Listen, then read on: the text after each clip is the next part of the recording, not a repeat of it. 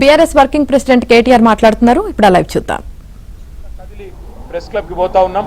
అక్కడ ఎవరో ఒక మంత్రి గారు బాధ్యతగా మేము సిద్ధంగానే ఉన్నామని చెప్పి తెలియజేస్తూ మరి ముఖ్యమంత్రి గారు మాట నిలుపుకొని తప్పకుండా హాజరు కావాలని ఇవాళ స్థలం చెప్పి ఏ తేదీ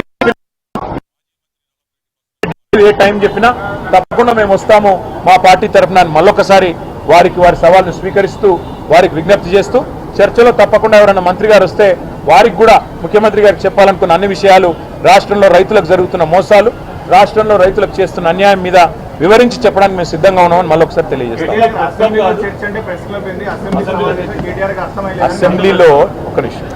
అసెంబ్లీలో చర్చ అంటే అక్కడ మైకు ఇయ్యరు, కట్ చేస్తారు. ఆయన అసెంబ్లీలో కూడా మేము రెడీగానే ఉన్నాం. మైక్ కట్ కాకుండా, మైక్ కట్ చేయకుండా మా వాదన మమ్మల్ని వినిపించే అవకాశం ఇవ్వనండి. కెమెరా మా దిక్కు పెట్టరు, మైక్ కట్ చేస్తారు. మా సీనియర్ మాజీ మంత్రులు మాట్లాడినా 6 సార్లు 7 సార్లు 8 సార్లు గెలిచిన శాసనసభ్యులు మాట్లాడినా వారి మైక్ కూడా కట్ చేస్తా ఉన్నారు. ఇదా సంస్కృతి.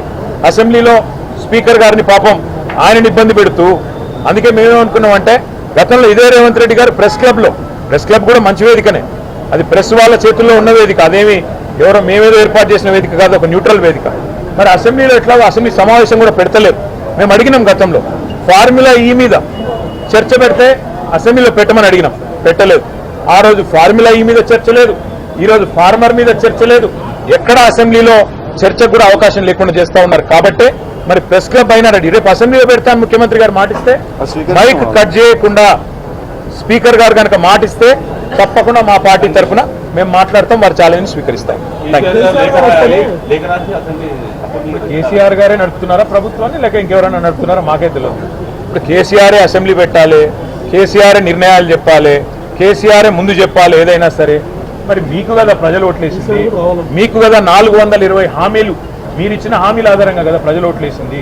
కాబట్టి నీకు చేతనైతే ప్రభుత్వాన్ని నడుపు, లేదా తప్పు ఏం చేయాలో మేము చేసి చూపెట్టాం. రారు అని ముందే మీరే డిసైడ్ అయిపోయారా? పారిపోయిందా?